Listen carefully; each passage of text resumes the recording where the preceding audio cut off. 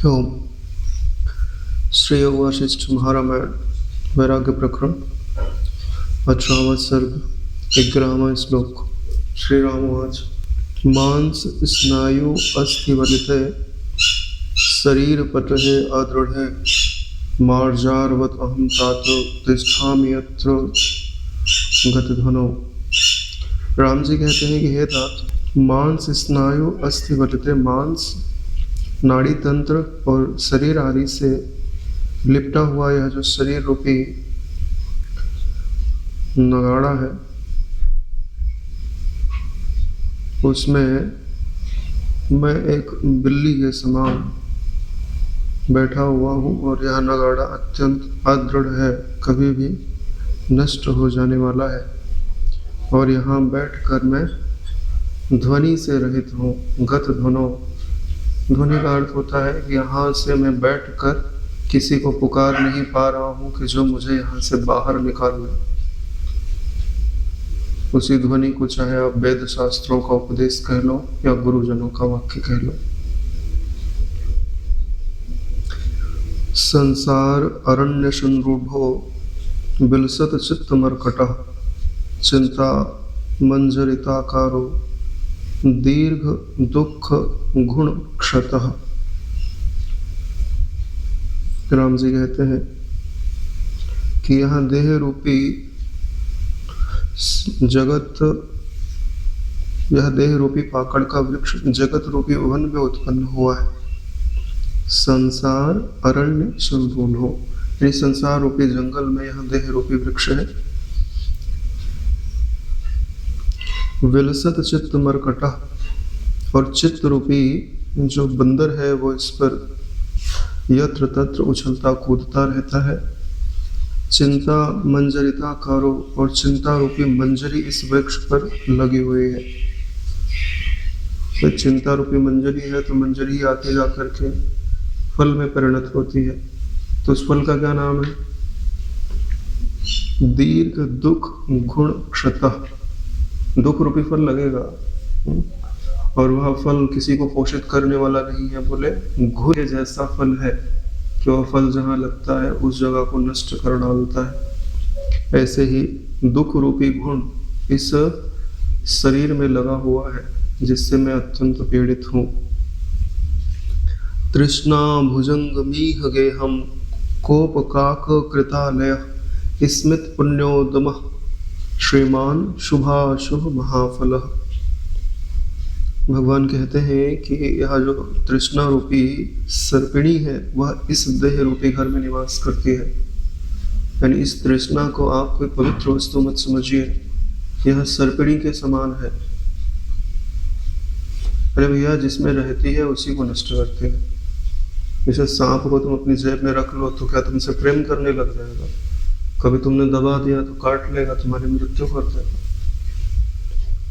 कोप काक कृतालय, और यह जो शरीर है वो कोप यानी क्रोध रूपी कौवे का निवास स्थल है। भाई, आपके अंदर जो क्रोधाकार वृत्ति है वो कौवे की तरह ही तो है कि कौवा भी बिना मतलब के कांव कांव करते रहता है। तो जो क्रोध का आचरण करता है, क्रोध को आश्रय देता है, वह भी तो कांव कांव ही करते रहता है।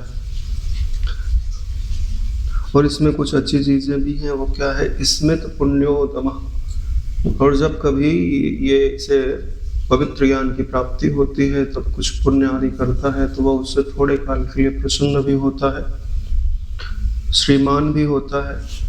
लेकिन उसमें शुभ भी फल होते हैं और अशुभ भी फल होता है। श्रीमान शुभ अशुभ महाफल, क्योंकि पुण्य से जो है धन आदि की प्राप्ति होती है, प्रशंसा की प्राप्ति होती है। लेकिन अब आप उसका उपयोग शुभ को बढ़ाने के लिए करते हैं कि अशुभ को बढ़ाने के लिए करते हैं, इसके लिए दोनों फल वहां पे कह दिया गया है। शुभ अशुभ महाफल, महान फल देने वाले होते हैं। सुस्कंधोध लता जालो हस्तास्तवक सुंदर पवन स्पंदिता शेष स्वांग अवयव पल्लव। अब यहाँ शरीर की जो उपमा है वह वृक्ष से दी जा रही है। तो जैसे वृक्ष होता है तो उसमें एक मुख्य धड़ होता है, मुख्य धड़ के ऊपर फिर भुजाएं निकलती हैं, मतलब शाखाएं निकलती हैं। जैसे आम का पेड़ देखो नीचे तक कुछ नहीं रहता ना, तो मुख्य धड़ हुआ। जैसे अपना शरीर है यहाँ तक कुछ नहीं निकला है, तो कंधे से सब कुछ निकलना चालू होता है। दोनों हाथ और सिर जो है वो कंधे से निकले हैं, इसके लिए यहाँ पे क्या बोलते हैं, सुकंधोध, यानी जो सुंदर कंधे हैं, अब वहीं से क्या निकल रहा है, बोले लता जालो। ये जो दोनों हाथ हैं ये लता के समान है जो इस सुंदर कंधे से निकल रहे हैं। हस्तास तवक सुंदरा, और इस जो भुजाएं हैं इन्हीं से जाकर के आगे हाथ निकलते हैं, वही हाथ पुष्प रूपी गुच्छे हैं। और इस शरीर में पवन स्पंदित आशेष, ये जो शरीर है इसमें प्राण चलते रहता है, भीतर भी और बाहर भी। ऐसे वृक्ष में भी भीतर भी श्वास चलता है और बाहर भी हवा चलते रहती है। तो भीतर बाहर प्राणों के चलने के कारण इसके जो अंग हैं वो सदैव गतिशील रहते हैं। स्वांग अवयव पल्लवा, जो इसके अंग है, अवयव है, पल्लव आदि है, वो सदैव, जैसे हाथ पल्लव कहा गया तो गतिशील ही है, स्थिर कहाँ रहता है। सर्व इंद्रिय खगाधारः सुजानु स्तंभ उन्नतः सरसच्छायया युक्तः काम पंथान निषेवितः। भगवान कहते हैं कि यह जो शरीर रूपी वृक्ष है यह समस्त इंद्रिय रूपी पक्षियों का आधार है, यानी समस्त इंद्रियां यहीं पर आकर के निवास करती हैं। तो इंद्रियों के विषय में या तो पंचेंद्रिय बोला जाएगा या तो सर्वेंद्रिय बोला जाएगा, बहु इंद्रिय कभी नहीं बोला जाता है, कभी भी आपको नहीं मिलेगा, बहु इंद्रिय नहीं मिलेगा, या तो सर्वेंद्रिय बोला जाता है या तो पंचेंद्रिय बोला जाता है। सुजानु स्तंभ उन्नतः, जानु बोलते हैं घुटने को, तो जो घुटना रूपी उस स्तंभ है उसी के ऊपर तो पूरा शरीर खड़ा हुआ है, तो उन्नत है यानी ऊपर की ओर उठा हुआ है। सरस छाया युक्त, तो इसकी जो छाया है सो सरस है। सरस का मतलब होता है कि विषय रसों के प्रति सुख को दिखाने वाली है, कि भाई आप इस वृक्ष की छाया में यानी देह की छाया में बैठोगे तो तुमको विषय रस रूपी छाया प्राप्त होगी। काम पंथान निषेविता, इसी को आगे जाकर के काम पंथान निषेविता, यानी कि जो काम को पूरित करने वाले लोग हैं या काम से ही जो अपने तृप्ति मानते हैं या काम के जो पथिक हैं वो इसी की छाया का सेवन करते हैं। किसकी छाया का? शरीर की छाया का सेवन करते हैं। और शरीर की छाया क्या है? विषय आदि, चाहे तुम्हारा शरीर हो चाहे दूसरे का शरीर। मूर्ध संजनिता दीर्घ शिरोरुह तृणावलि अंधकार गृद्ध कृता कुलाय सुशिरोदरः।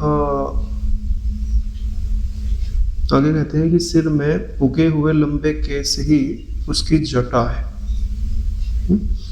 ऐसा समझ लीजिए कि जैसे वृक्ष हो गया, उसमें धड़ हो गया, फिर भुजाएं हो गए, फिर पत्ते होते हैं। तो वृक्ष में जिनको पत्ते कहा जाता है उन्हीं को हम अपने सिर में केशों की संज्ञा देते हैं। मूर्ध संजनिता दीर्घ शिरोरु तृणावलि, तृणावलि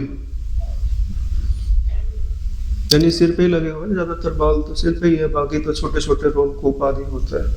तो मुख्य रूप से पत्तों की संज्ञा यहाँ पर केशों से दी जा रही है।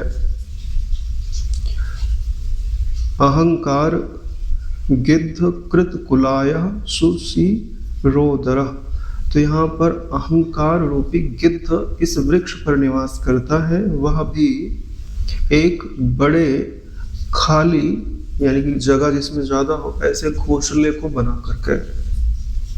तो यहाँ अहंकार को गिद्ध की संज्ञा दी गई है। तो गिद्ध का क्या काम है? ऊपर बहुत उड़ता है, लेकिन ऊपर उठ करके भी वह मरे हुए जानवरों को ही ढूंढते रहता है। तो ये जो अहंकार है वो भी क्या काम करता है? जो चीजें सड़ गल गई हैं, विषय संयुक्त है, जब विषय संयुक्त होगा उसमें विकार तो होगा ही होगा। भाई आपको स्त्री का शरीर अच्छा लगता है तो वह क्या मांस नहीं है? तो अब गिद्ध ही तो हुए, है ना नारायण? जैसे आपको क्या बोलते हैं, नॉन वेज अच्छा लगता है, संसार ऐसा ही है कि वह तुम्हें एकाग्र होने नहीं देना चाहता। एकाग्र होना, आत्मचिंतन में समाहित होना, ध्यानस्थ होना, ये पर्वत पे चढ़ने जैसा है। थोड़ी सी भी लापरवाही करोगे, रस्सी से फिसलोगे तो नीचे गिरोगे। ऐसे ही है ना, गिरना आसान है, बहुत आसान है, बिखरना आसान है, अपने आप को समेटना कठिन।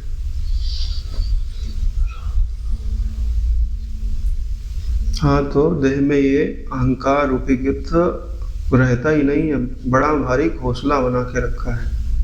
यहाँ पे सुशिर का अर्थ दो निकाल लगाया जाता है। सुशिर का अर्थ होता है खाली भी होता है, खाली और बड़ा, और छिद्रयुक्त भी होता है।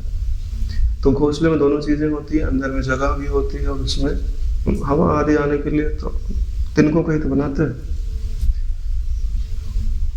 सुशिरोदरः उधर से लिया है तो खाली स्थान के लिए ज्यादा सुटेबल लगता है। छिद्रयुक्त के लिए उतना, अंदर से छिद्रयुक्त है ऐसा भी अर्थ लगाते हैं, और अंदर से इसमें काफी स्थान है यह भी अर्थ लगाते हैं। तो अहंकार जहाँ रहेगा वो अपना स्थान बना लेगा। तो अहंकार जहाँ रहेगा तो हटाता किसको है? भगवत भाव को, ब्रह्म भाव को हटा के देह भाव अपना स्थान बना लेता है, और फिर वो अहंकार रूपी गिद्ध उसी में रहता है, जिसको पवित्र भोजन नहीं रुचता है, अपवित्र ही भोजन करता है। अरे नारायण, जहाँ लाशें आदि सड़ जाए वहां तुम खड़े नहीं रह सकते, इतनी बदबू होती, सच में होते।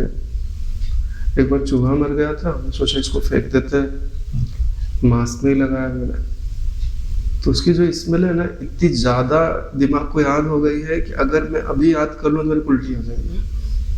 सच बता रहे, मैंने कई बार फिर उसको हटाना पड़ता है।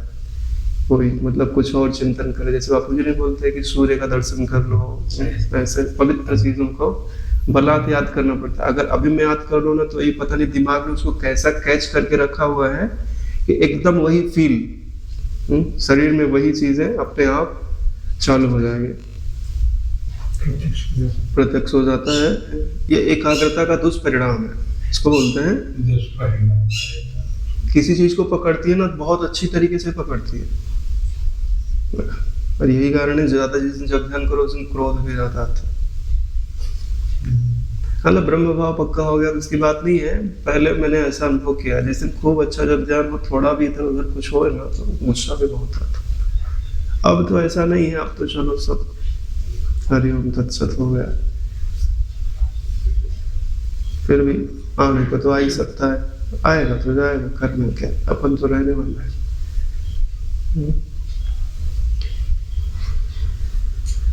विच्छिन्न वासना जाल मूलत्वाद दुर्लभाकृति व्यायाम विरशः काय वृक्षो अयम न सुखायम है। राम जी का क्या कथन है कि यह जो शरीर है वो विच्छिन्न वासना जाल से अत्यंत दृढ़ किया हुआ है, यानी दुर्च्छेद है, ऐसा लपेटा हुआ है कि इसको उखाड़ा नहीं। जैसे शरीर, जैसे वृक्ष को उखाड़ना हो तो भाई जाओ उखाड़ डालो, ठीक है, लेकिन उस विश्व के जो क्या बोलते हैं, उस वृक्ष के चारों तरफ खूब कांटे वगैरह लगा दिए जाएं कि तुम उसके धड़ तक भी पहुंच ना सको। तो यहाँ शरीर के क्या बोलते हैं, उच्छेद की बात नहीं, शरीर के अभिमान की उच्छेद की बात है। ऐसा नहीं कि तुम शरीर को मारने की बात समझो, यहाँ तो मारना आसान है। कांटे कहाँ हैं? ये वासना रूपी जाल लगा दिया गया चारों तरफ से कि तुम उसके धड़ तक भी पहुंच ना पाओ। इसलिए कितना बढ़िया लिखा है, विच्छिन्न वासना जालम। विच्छिन्न का मतलब क्या होता है? बीच में खाली खाली जगह है ना, जाल तो ऐसे होता है ना, विच्छिन्न नहीं होता है कि भाई तुम प्रवेश नहीं कर सकते, बाकी दूसरी चीजें आ जा सकती हैं। ऐसे ही उस वृक्ष को जो जरूरत है वो आ सकता है, लेकिन तुम उसका उच्छेद करने के लिए उसके पास नहीं जा सकते। दुर्लभाकृति, तो इसका जो स्वरूप है, जो दुष्ट स्वरूप है, दुखद स्वरूप है, उसका उच्छेद करना अत्यंत कठिन हो गया है। व्यायाम वीरसः काय, तो यह शरीर कैसा है, कितना बढ़िया वर्ड बना है, बोले व्यायाम वीरसः। अब व्यायाम किसे कहते हैं? ऐसा परिश्रम जिसमें सिर्फ शरीर का जो संगठन है उसको बढ़ाया जाता है, उससे कुछ फल मिलता नहीं है। अरे भाई कोई खेती कर रहा है तो बोले व्यायाम कर रहा है नहीं कहा जाता। व्यायाम कर रहा है तो उससे कुछ प्रोडक्शन नहीं निकलेगा, सिर्फ शरीर बनेगा। तो ये जो आपका शरीर है, जो अभी शरीर की स्थिति कैसे, बोले व्यायाम वीरसः, मेहनत तो बहुत कर रहा है लेकिन इसे आत्म शांति रूपी रस प्राप्त नहीं हो रहा, इसलिए क्या कहते हैं व्यायाम वीरसः काय। तो ऐसा जो शरीर है जो व्यायाम तो बहुत कर रहा है, परिश्रम बहुत कर रहा है, मगर आत्मिक शांति नहीं है, आत्मिक प्रसन्नता नहीं है, तो भगवान क्या कहते हैं, अयम ना सुखाय में, तो ऐसे शरीर में मैं सुख को नहीं देखता हूँ, यह मुझे प्रीतिकर नहीं लगता है। हाँ, राम जी क्या कहते हैं, कलेवरम अहंकार गृहस्थस्य महागृहम लुठतु अभ्येतु वा स्थैर्यम किम अनेन मुने मम। भगवान राम जी का कहना है कि अहंकार रूपी गृहस्थ का महान घर यह देह है।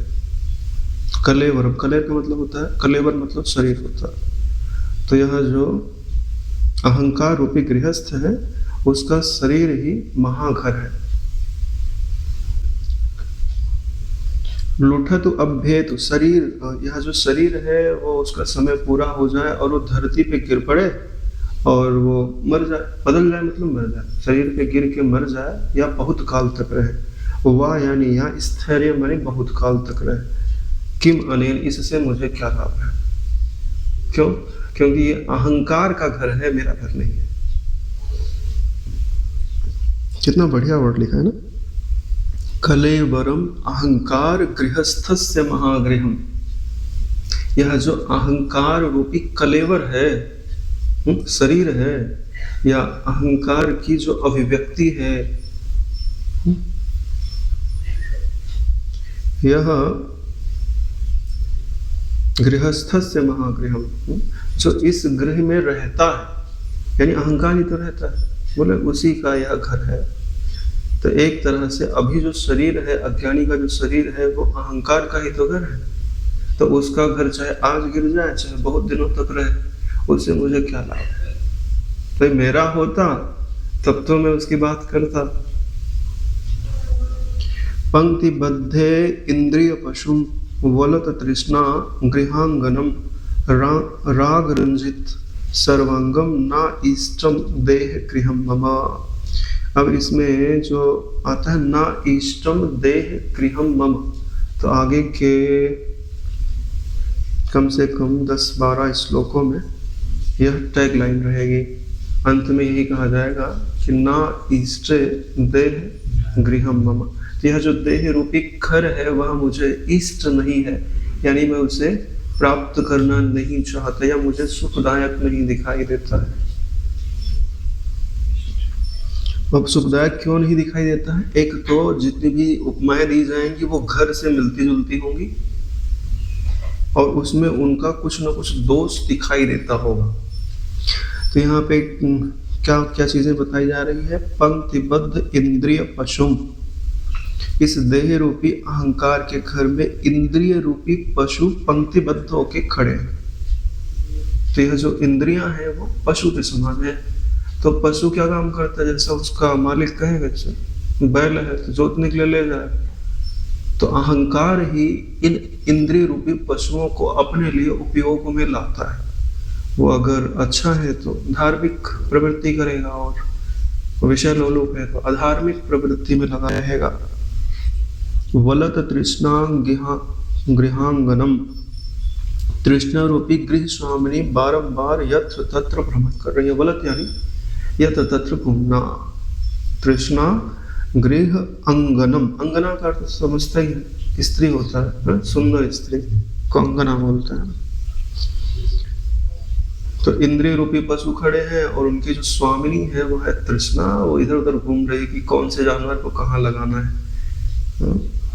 या ऐसे बोलते हैं कि वो चरा रही है पशुओं को जो पंक्ति में खड़े हुए हैं।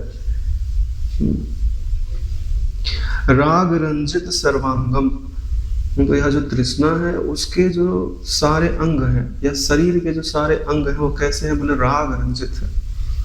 आंख भी राग रंजित, कान भी राग रंजित, जीव भी राग रंजित है ना, स्पर्श इंद्रिय तो राग रंजित है ही है, घ्राण इंद्रिय भी राग रंजित है। कितना बढ़िया वर्ड लिखा, राग रंजित सर्वांगम। तो ये राग से मिले जुले हैं और राग ही आगे जाकर के विष के समान कहा जाता है। विषयान विश्वत त्याज, तो राग विषयों में ही तो है। तो भगवान राम जी का क्या कहना है, ना इष्ट देह गृहम मम। तो ऐसा जो देह रूपी घर है मैं उसमें रहना नहीं चाहता। पृष्ठ अस्थि काष्ठ संघट्ट परिसंकट कोटरम आत्र रज्जो भी आबद्धम न इष्टम देह गृहम मम। राम जी का कहना है कि यह जो पीठ की हड्डी है वो बहुत लंबी हड्डी है, वो ठीक वैसे ही है जैसे लकड़ियों को सटा सटा करके एक आकृति बना दी जाए। तो इसके कारण इस शरीर में जो स्थान है वो अत्यंत कम हो गया है। पूरी हड्डी हड्डी फैल गई तो रहने की जगह कम हो गई। पृष्ठ अस्थि काष्ठ यानी लकड़ी, संघट्ट यानी मिलने के कारण, परिसंकटम उनके कारण जो जगह घेरी गई है ना, तो जो स्थान है वो अत्यंत कम हो गया। संकट का मतलब होता है कम हो जाना, तो यानी मुझे रहने के लिए यहाँ बहुत कम स्थान दिखाई देता है। और बाकी जो स्थान है भी उसमें क्या भरा पड़ा है, बोले आत्र रज्जु भी आबद्धम। आत रूपी रस्सी से वो बांधा हुआ है। आत आदि रस्सी है तो बंधी हुई है इसमें। तो ऐसा जो अपवित्र घर है जहाँ रहने के लिए थोड़ी भी जगह नहीं है, वहां मैं कैसे रहूं। हर जगह तो यही सब, कहीं अस्थि है, मांस है, रक्त है, 7 धातुएं हैं। 7 धातुएं ऊपर से गिन लो, ऊपर त्वचा है, फिर मेद है, फिर मांस है, फिर रक्त है, अस्थि है, उसके अंदर मज्जा होती है और वीर्य होता है। 7 हो गए। तो राम जी का कहना है कि ऐसा देह मुझे प्रिय नहीं है। प्रसृत स्नायु तंत्रिकम रक्त अम्बुकृत कर्दमम जरा मंकोल धवलम ना इष्टम देह गृहम मम। तो स्नायु रूपी रस्सियां इस देह में चारों ओर फैली हुई हैं। प्रसृत स्नायु तंत्रिकम, स्नायु का मतलब होता है जो हमारे भीतर सूचना को ले जाती है, उन्हें स्नायु कहा जाता है। तो पूरे शरीर में फैली हुई है। रक्त अम्बुकृत कर्दमम, कर्दम का अर्थ होता है मांस से भी लिया जाता है और कीचड़ से भी लिया जाता है। तो रस रक्त रूपी जल से बने हुए गारे द्वारा यह लेपा हुआ है। ये जो शरीर है वो मांस आदि से तो लेपा हुआ है। हम भाई ये मांस हटाओगे तो फिर हड्डी दिखाई देगी। जरा मंकोल धवलम, जब जरा अवस्था आती है तब यह जो शरीर है उसके सारे बाल पक जाते हैं, तो ऐसा लगता है कि घर पर चूना कर दिया गया है। चलो अभी तो लोग सेविंग वोविंग करके हो जाते, पहले लोग बाल रखते थे ना तो पूरा शरीर सफेद सफेद दिखाई देता था। आजकल लोग जीते कहाँ हैं, पहले लोग जीते थे तो ये सब अवस्थाएं भली प्रकार वो अनुभव करते थे। तो ऐसा देह राम जी कहते हैं कि मुझे इष्ट नहीं है, मैं इसे प्राप्त करना नहीं चाहता, या मुझे अच्छा नहीं लग रहा है, मैं इसमें रहना नहीं चाहता। यहाँ तो देखो 80 साल की अवस्था होगी तो भी छोड़ के जाना नहीं चाहता, और राम जी देखो तो 16 साल की अवस्था है इस समय। कहते हैं कि ऐसा देह मुझे प्रिय नहीं है, जैसे घर मिल गया है ना। तो विवेक की ही प्रधानता है कि राम जी अपने को अलग समझ रहे, देह को गृह समझ रहे, देह को वृक्ष समझ रहे, तो अलगाव है ना रहा।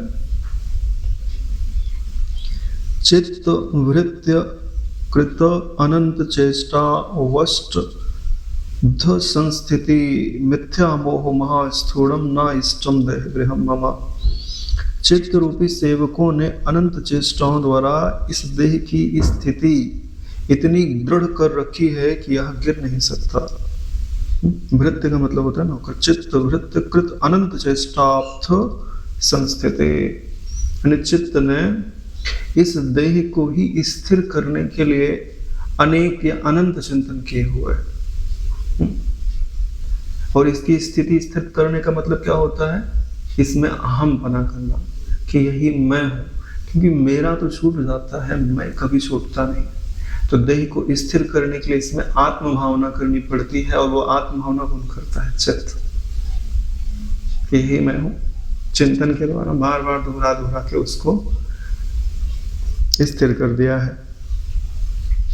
मिथ्या मोह महास्थूणम, तो यह जो चित्त के द्वारा स्थित किया हुआ घर है वो खड़ा किस पे है? तो बोले इसके दो स्तंभ हैं, मिथ्या और मोह।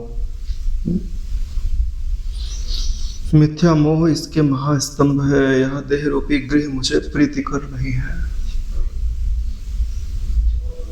एक तो वस्तुएं झूठी हैं, ऊपर से उन झूठी वस्तुओं के प्रति अत्यंत आसक्ति है, और इन्हीं के कारण इन्हीं का उपयोग करके चित्त ने इसकी स्थिति को अत्यंत दृढ़ कर रखा है।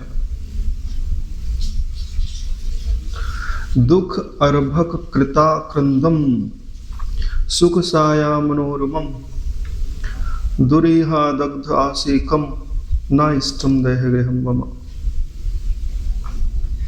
अर्भक का अर्थ होता है बच्चा। दुख अर्भक कृता क्रंदम, यह जो दुख रूपी बच्चा है वो इस शरीर में बहुत ज्यादा रो रहा है, चीत्कार कर रहा है, कुहराम मचा रहा है। जैसे घर के अंदर बालक होते हैं, तो ऐसे आपके शरीर के अंदर जो बालक रो रहा है वो क्या है? बोले दुख रूपी बालक है, चीत्कार कर रहा है, कुहराम मचा रहा है। सुख सैया मनोरमम, अब यहाँ पे लिखा हुआ है कि सुख सैया से या मनोरम है, लेकिन इसका अर्थ पहले से जोड़ करके लगा गया कि घर में रहने के लिए तो सुख सैया सजी हुई है, लेकिन जो दुख रूपी बालक है उसको वो सैया पसंद नहीं आ रही। वो उससे मुंह फेर करके जो मिथ्या खिलौने हैं उनके लिए रो रहा है, चीत्कार मचा रहा है। दग्ध आशिकम, दुष्चेष्टा रूपी दाह यानी फोड़े से पीड़ित दासी इसमें निवास करती है। दुर ईहा, ईहा का मतलब क्या होता है? इच्छा। दुर का मतलब होता है दुष्ट इच्छा को जिसने धारण कर रखा हुआ है। जब तुम दुष्ट इच्छा को धारण करोगे तो वह तुमको ताप ही तो देगा। बोले फोड़े के समान है, ऐसा फोड़ा, दुष्ट इच्छा या दुष्ट चेष्टा रूपी फोड़ा जिस दासी के शरीर पे निकला हुआ है, ऐसी दासी इस घर में निवास करती है। तो वो दासी कौन सी है? तुम्हारी बुद्धि तो है। अगर यह दुष्ट चेष्टा से युक्त हो गई तो ये तुमको हर पल, जैसे किसी को फोड़ा हो जाए तो हर पल टपकता रहता है ना, जलन देता रहता है, दुख देता रहता है। ऐसी बुद्धि जिसकी हो गई ना रहे, उसको किसी दूसरे की जरूरत नहीं है ताप के लिए। है तो दासी तुम्हारी बुद्धि, तो दासी ही है ना, जहां लगाओ जो काम बोलो करती है। लेकिन ये दासी अब तुमको दुख दे रही है, उसको भी दुख है और उससे जुड़े होने के कारण तुमको भी दुख। मलाढ़ विषय व्यूह भांडोपस्कर संकटम अज्ञान क्षर वलितम देहम ना इष्ट देह गृहम मम। यह जो देह रूपी घर है वह दोष युक्त विषयों के समूह रूप बर्तनों एवं अन्य उपकरणों से पूरा भरा हुआ है। यानी यत्र तत्र बर्तन ही बर्तन फैले हुए हैं। कैसे बर्तन? मतलब विषय रूपी बर्तन फैले हुए हैं और अन्य सामान फैले हुए हैं। यहाँ तक इतना सामान फैला हुआ है कि मुझे रहने की, बैठने की ठीक से जगह भी नहीं है। और यह जो घर है वो ऐसा नहीं है कि सुव्यवस्थित है। इसके जो दीवार हैं वो पहले नहीं मिट्टी के दीवार होते थे, तो धीरे धीरे वो मिट्टी जो है गिरना चालू हो जाती है। किसके कारण चालू हो जाती है? कि वहां पे क्षार लग जाता है, नमक आदि लग जाता है, तो वो धीरे धीरे वो दीवार जो है वो नीचे गिरना चालू हो जाती है। उसी के लिए क्या कहा है? अज्ञान क्षार वलित न इष्टम देह गृहम। तो अज्ञान रूपी क्षार इस दीवार पे लग गया, देह रूपी दीवार पे लग गया है, और उस दीवार को वो खाए जा रहा है, नष्ट कर रहा है। तो ऐसा जो देह है वह मुझे प्रिय नहीं है, मैं इसमें रहना नहीं चाहता। गुल्फ गुग्गुल विश्रांत जान ऊर्ध्व स्तंभ मस्तकम दीर्घ दो दार सुदृढ़म न इष्टम देह गृहम मम। एड़ी, एड़ी का यह जो ऊर्ध्व भाग है, देखो इसको पूरा घर की उपमा दी गई है। तो घर ऐसे नहीं बनाया गया, पिलर पे बनाया गया है। तो ज्यादातर घर के पिलर कम से कम 4 तो होने ही चाहिए, लेकिन यहाँ जो शरीर रूपी घर है इसके केवल 2 ही पिलर, 2 ही पैर तो है तुम्हारा। इसके लिए क्या कहा गया है, ये जो गुल्फ है, इसको टखना जिसको बोलते हैं, ये टखने पे ही तो सब खड़ा हुआ है। गुल्फ गुग्गल विश्रांत, पूरा जो शरीर है विश्राम कहाँ ले रहा है, ये जो टखने हैं इनका जो ज्वाइंट है उसी पर विश्राम ले रहा है। जान ऊर्ध्व स्तंभ मस्तकम, और ये जो घुटने हैं इनका यह जो मस्तक है इसी पर पूरा शरीर खड़ा हुआ है। दीर्घ दो, और जो 2 बड़े बड़े दार सुदृढ़म, यानी कि मजबूत लकड़ी के जैसे हाथ हैं वो ऊपर फैले हुए हैं। ऐसा जो देह रूपी घर है वह मुझे प्रिय नहीं है, मैं इसमें रहना नहीं चाहता। भैया मैं तो छोटे मोटे घर में नहीं रहना चाहता भाई, अपरिच्छिन्न घर में रहना चाहता हूँ भाई। अपने यहाँ पे तो मान्यता है जिसका घर जितना बड़ा उसकी प्रतिष्ठा उतनी बड़ी। नहीं भाई, 1 BHK वाले की इज्जत कम 2 BHK वाला, फिर 3 BHK वाला।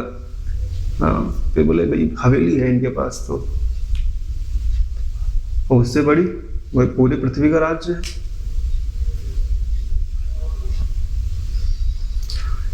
हाँ, तो पूरी पृथ्वी का राज्य क्या लेना, पूरे ब्रह्मांड का ही राज्य ले लो।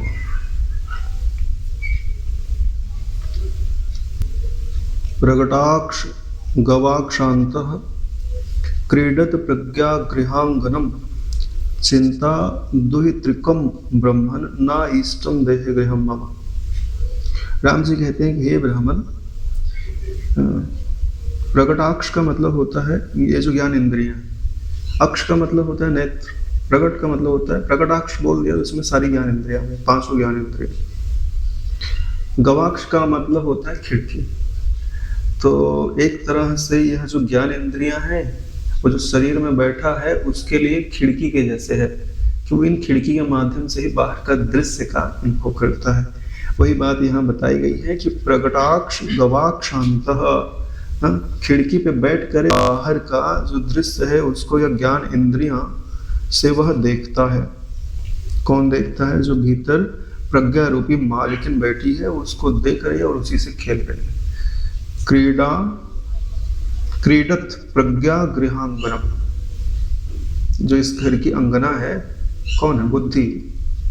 हाँ, उसी को कहीं दासी बोल दिया है, कहीं मालकिन बना दिया है, तो सब वही है, भीतर बैठ के वही सारा खेल खेलती है, वही देखती है। हाँ, भीष्म पितामह जी ने तो वही तो बोला था कि मैं अपनी पुत्री हे ईश्वर, हे कृष्ण, मैं आपको अर्पित करता हूँ। हाँ, तो उसी को तो अर्पित किया जाता है। चिंता दुहित्रिकम ब्राह्मण, तो यहाँ चिंता रूपी इसकी कई पुत्रियां रहती है। जो मालकिन है इसकी जो पुत्रियां, उनका नाम क्या है? चिंता दुहित्रिकम, चिंता रूपी इसकी पुत्रियां। अच्छा, ये बताओ चिंता क्यों जन्म लेती है? हाँ, विषयों का स्मरण करते हैं तो चिंता 2 प्रकार की होती है। भविष्य काल में कुछ अनिष्ट ना हो जाए, जो मिलने वाला है वो ना मिले तो भी चिंता होती है, और जो मिल चुका है वो नष्ट होने का डर हो तो भी चिंता होती है। नहीं ना रहे तो दोनों विषय से ही तो जुड़े। अगर विषय ना चाहो तो जो मिला है वो छूट जाए तो भी चलेगा, तो चिंता चलेगी, और जो ना मिला है वो नहीं मिले तो भी चिंता चलेगी ना। विषय से अगर तुम्हारा संबंध पूरी तरह खत्म कर दो, तुम्हारी चिंता पूरी तरह खत्म हो जाएगी। विषय में तुम्हारा देह भी आता है। तो राम जी कहते हैं कि ऐसे ऐसा गृह स्वामिनी का घर नहीं चाहिए जो ज्ञान इंद्रियों रूपी खिड़की से बाहर विषयों को देख रही है, उनके साथ खेल रही है और उन विषयों के लगाव के कारण जो अपने भीतर चिंता रूपी पुत्रियों को जन्म देती है। और वो चिंता रूपी जो पुत्रियां हैं वो तो चिता से भी अत्यधिक जलाने वाली हैं। चिंता चिता समान, समान नहीं भैया। चिता तो मृतक को जलाती है और चिंता तो जिसको प्राण है उसके शरीर में उसको भी जला डालती है। मूर्धत अच्छादन छन्न कर्ण श्री चंद्रशालिकम आदीर्घ अंगुल निर्व्यूहम न इष्टम देह गृहम मम। राम जी कहते हैं कि सिर के केश रूपी छाजन छप्पर से छाई हुई, यानी जो सिर के बाल है वो छप्पर के जैसे है। कर्ण रूपी सुंदर चंद्रशालाओं से युक्त दीर्घ अंगुली रूपी काष्ठ के चित्रों से सजे हुए देह रूपी घर मुझे अच्छा नहीं लगता है। सर्वांग कुड्य संघात घन रोम यवंकुरम संशून्य पेट विवरम ना इष्ट देह गृहम मम। राम जी का कहना है कि जिसमें सर्वांग रूपी भित्तियों में रोम रूपी घने जौ के अंकुर उगे हुए हैं तथा पेट रूपी गहरा विवर है। विवर किसको बोलते हैं? बिल। यहाँ छिद्र लिखा है लेकिन छिद्र थोड़ा छोटा माना जाता है। विवर किसको बोलते हैं? जैसे खरगोश वगैरह रहने के लिए अपना घर बनाते हैं ना जमीन खोद के, तो उसको विवर बोला जाता है, यानी बड़ा बिल, बड़ा छिद्र जिसको बोल सकते हैं। संशून्य पेट विवरम, ऐसा देह रूपी गृह मुझे अच्छा नहीं लगता है। तो यहाँ ये समझ लीजिए कि जैसे घर है तो घर के चारों तरफ भाई कुछ गार्डन वार्डन भी लगाया जाएगा। तो वो जो अंकुर आदि निकलते हैं तो उनकी उपमा दी गई है कि ऐसे जैसे सर्वांग रूपी भित्तियों में रोम रूपी, जैसे अपने यहाँ शरीर में रोम होते हैं वैसे ही घर में जौ के अंकुर कहे हुए। अब पूरे घर में तो जौ के अंकुर नहीं निकलते होंगे, या तो ऐसा होता होगा कि पुराने समय में घर छप्पर में कोई जौ वगैरह फेंक दे तो छप्पर आदि पे भी जौ अंकुरित हो जाता होगा, क्योंकि मंगल मनाते हैं तो जौ वगैरह तो फेंकते होंगे, ऐसा है ना। तो ऐसा समझा जा सकता है। नखोर्ण नाभिनिलयम सर्मारिणी ता अंतरम भाकार कारी पवनम ना इष्टम देह गृहम मम। जिस देह में नख रूपी मकड़ियों के जाले तने हुए हैं, नखोर्ण नाभिनिलयम, नख रूपी मकड़ियों के जाले, यानी घर है तो मकड़ियों के जाले भी होंगे, तो उनकी नख से उनकी उपमा दी। और कुतिया की भांति भ्रमण दीनता कलह आदि मचाने वाली क्षुधा जिसके भीतर शोर मचा रही है। शर्मा रड़िता अंतरम, शर्मा यानी क्षुधा प्यास, तो उसकी उपमा किससे दी गई है? कुतिया से दी गई है। कुतिया जो है ना वो भोजन ढूंढते रहती है, इधर उधर भटकते रहती है। तो वैसे ही आपके भीतर यह जो क्षुधा है, प्यास है, उसी का नाम तृष्णा है, वो भी तो ढूंढते रहती है कि कब मौका मिले और कब मैं अपना प्रयोजन पूरा कर लूं। घर में पहले ऐसे गेट वेट नहीं रहते थे बड़े बड़े, तो आंगन खुला रहता था, तो भाई निगरानी करते रहते, फटाक से वो किचन में घुस जाते। ऐसे नहीं जो भोजन वोजन बन रहा तब की बात नहीं है, बना के लोग इधर उधर चले जाते हैं ना, खा पी के तो भूल जाते हैं। हमने तो अपने घर में देखा, जब घर कच्चा था तब बहुत आंगन में कूद जाते हैं।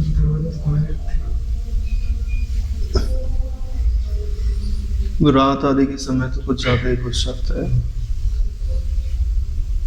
एक कुत्ता और एक बिल्ली, बिल्ली भी कई बार दूध पी जाती।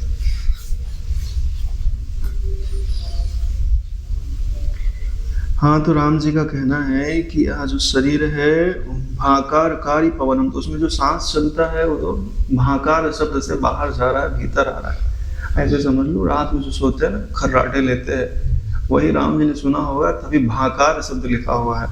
भाकारकारी पवनम ना इष्टम, तो ऐसा जो देह है जिसके भीतर क्षुधा रूपी कुतिया घूम रही है और जिसमें नक रूपी जाले लगे हुए हैं, क्योंकि आत्म तत्व की तरह शरीर क्लियर थोड़ी ना है। शरीर के संबंध में कौन व्यक्ति किस दृष्टांत के द्वारा क्या व्यक्त करना चाहता है उसको समझना बड़ा कठिन होता है, कि वो किस दृष्टि से किस दृष्टांत का उपयोग कर रहे हैं, उन्होंने क्या सोचा होगा तो ये बोला होगा, वो आपको एज्यूम करना पड़ता है, तब तो समझ में आता है।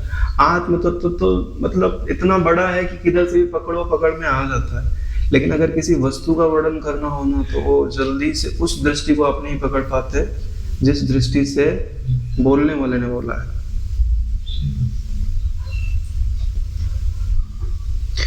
प्रवेश निर्गम व्यग्र वात वेगम अनातरम वितत अक्ष गवाक्षम तन्नैष्टम देहगृहम मम। प्रवेश निर्गम यानी प्रवेश करते समय, निर्गम यानी बाहर जाते समय, यहाँ जो व्यग्र रूपी वायु है यानी प्राण है, वह बाहर जाने के लिए और भीतर आने के लिए अत्यंत छटपटाता रहता है, व्यग्र रहता है, बेचैन रहता है। और जिसमें इंद्रिय रूपी जो खिड़की है वो सदा खुले रहते हैं, बितत रहते हैं, खुले रहते हैं। ऐसा जो देह रूपी घर है वह मुझे प्रिय नहीं लगता है, ऐसा राम जी का कहना है।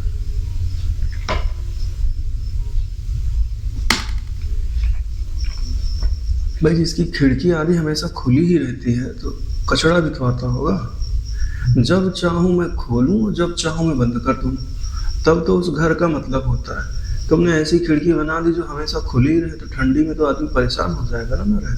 चलो गर्मी में धूप आने लग गई, सूरज आ गया, तो भी तो बंद करना पड़ेगा।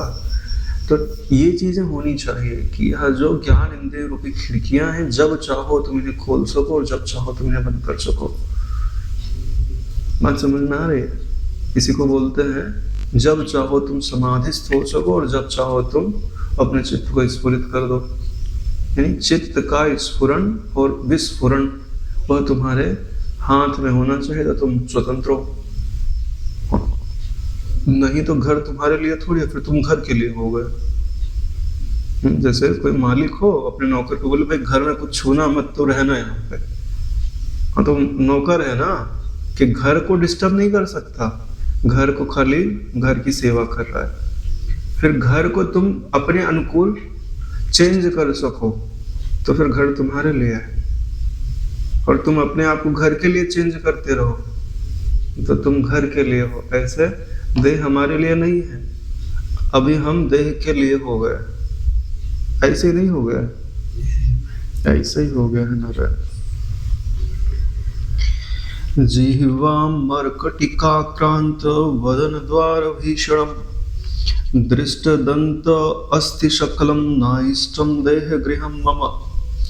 राम जी का कहना है इस शरीर रूपी घर के मुख रूपी द्वार पर जिह्वा रूपी वानरी सदा बैठी रहती है।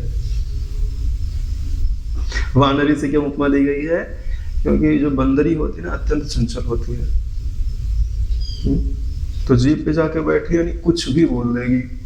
और कुछ भी बोलने के कारण क्या होता है, सारे झंझट इस जगत में 70% तो जीव के कारण ही है, और भी बिना मतलब के। घर में जो झगड़ा है वो जीव के कारण ही तो होता है। वस्तु की कमी से उतने झगड़े नहीं होते जितनी जीवा पे अनियंत्रण के कारण होते हैं, थुथड़ाके की भाषा के कारण होते हैं। इसलिए क्या कहा गया, जीवा मर्कटिका क्रांत। क्रांत का मतलब होता है कि वहां बैठ के उपद्रव मचाए, आक्रांत कर दे, विह्वल कर दे, परेशान कर दे। वदन द्वार भीषणम, वदन यानी बोलने के मुख का जो द्वार है उसको उसने कैसे बना दिया, बोले भीषण बना दिया, भयंकर बना दिया, स्वयं के लिए भी और दूसरे के लिए भी। दुख देने वाला, भय देने वाला। भयंकर मतलब भय देने वाला। और जब मुख की बात आए तो दांतों की बात ना हो तो ऐसा हो ही नहीं सकता। तो क्या कहते हैं, दृष्ट दंत अस्थि शकलम। तो जितने भी दांत है वो तो मुझे हड्डी रूपी दिखाई देते हैं। दांत रूपी हड्डी के टुकड़े स्पष्ट रूप से दृष्टिगोचर हो रहे हैं, इसलिए यह जो देह रूपी घर है वह मुझे रहने के लिए नहीं चाहिए।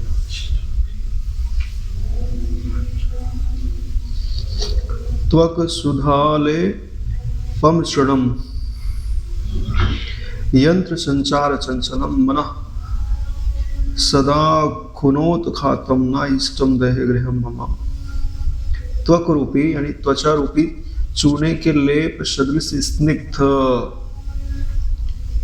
यंत्र संचार चंचल, यंत्र की तरह यह सदा चंचल है। मनः सदा खुनोत खातम, मन रूपी चूहे ने इसकी खुदाई करके इसको शिथिल कर दिया है, जीर्ण शीर्ण कर दिया है। ना इष्ट देह गृहम मम, तो ऐसा जो देह रूपी घर है वह मुझे नहीं चाहिए, क्योंकि चूहों ने काट काट के शिथिल कर दिया। तो यह मन है, संकल्प विकल्प करके तुम्हारी सारी ऊर्जा, तुम्हारी सारी एकाग्रता, प्रसन्नता, बल सब भर लिया है। और जैसे यंत्र चंचल होते हैं तो वैसे ही जो शरीर है वो भी चंचल है। और त्वचा रूपी चून, जैसे घर को चूने से लेप दिया जाता है वैसे इस पूरे शरीर को त्वचा के द्वारा लेप कर दिया गया है, त्वचा को लपेट दिया गया है, जिसके द्वारा ये जो अस्थियां हैं, मांस आदि हैं, वो दिखाई नहीं देते। स्मित दीप प्रबोधभासी क्षणम आनंदम सुंदरम क्षणम व्याप्तम तमः पूरे नष्टम देह गृहम मम। क्षण भर में स्मित दीप प्रबोधभासी, क्षण भर में मंदहास रूपी दीपकों की कांति से यह शुभ्र एवं आह्लाद से देखता रहता है। क्षण भर में खूब प्रसन्न है। क्षणम व्याप्तम तमः पूरे, और क्षण भर में अंधकार हो जाता है, क्षण भर में अज्ञान रूपी अंधकार से यह युक्त हो जाता है। तो ऐसा देह जहाँ क्षण भर में आनंद दिखाई देता है और क्षण भर में दुख दिखाई देता है, तो ऐसा देह मुझे रहने के लिए नहीं चाहिए। समस्त रोग आयातनम वली पलित पत्तनम सर्वाधि सार गहनम ना इष्टम देह गृहम मम। समस्त रोग आयातनम, समस्त रोगों का यह घर है। जरावस्था के कारण झुर्रियों एवं श्वेत केशों का नगर है। पत्तन का मतलब होता है नगर।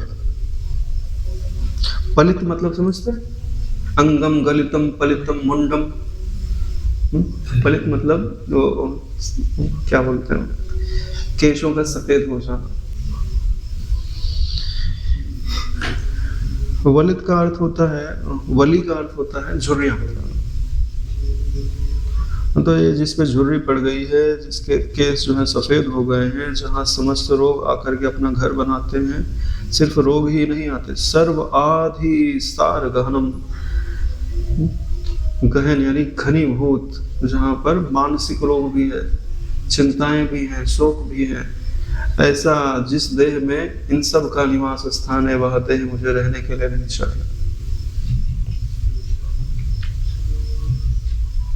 अक्षः क्षोभ विस्मा शून्य निहिसार कोचरा तमो गहन दिक कुंजा न इष्टा देह अटवी ममा।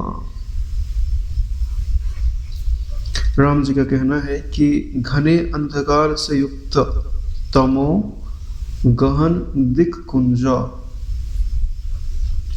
यानी जहां पर यह घर है वो चारों तरफ अंधकार से युक्त है।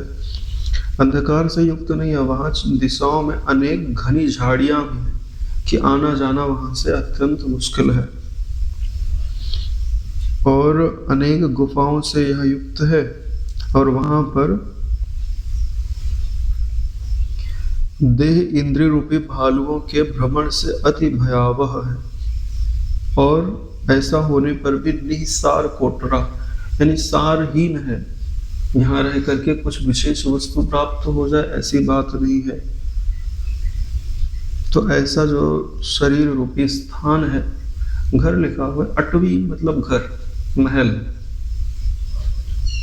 वह मुझे रहने के लिए नहीं चाहिए। यहाँ पे लिखा है देह इंद्रिय रूपी भालुओं के भ्रमण से अति भयावह है। हाँ, तो जो देह इंद्रियां हैं जब ये विषयों में बरतती हैं तो ये भालू के सदृश ही हो जाती हैं।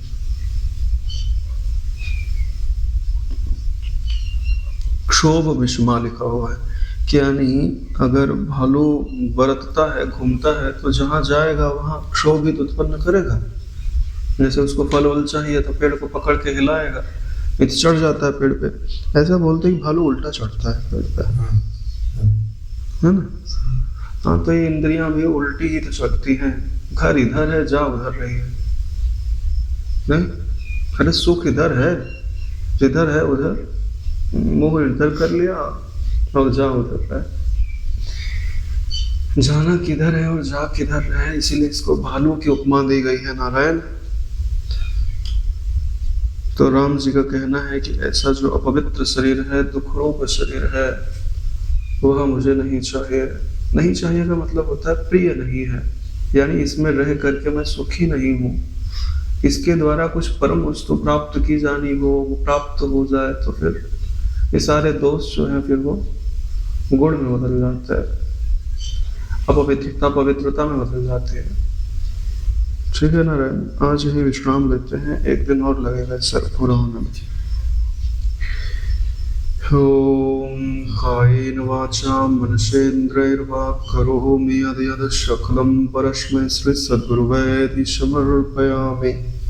ओम सहनावतु सहनौ भुनक्तु सह वीर्यं करवावहै तेजस्विनावधीतमस्तु मा विद्विषावहै।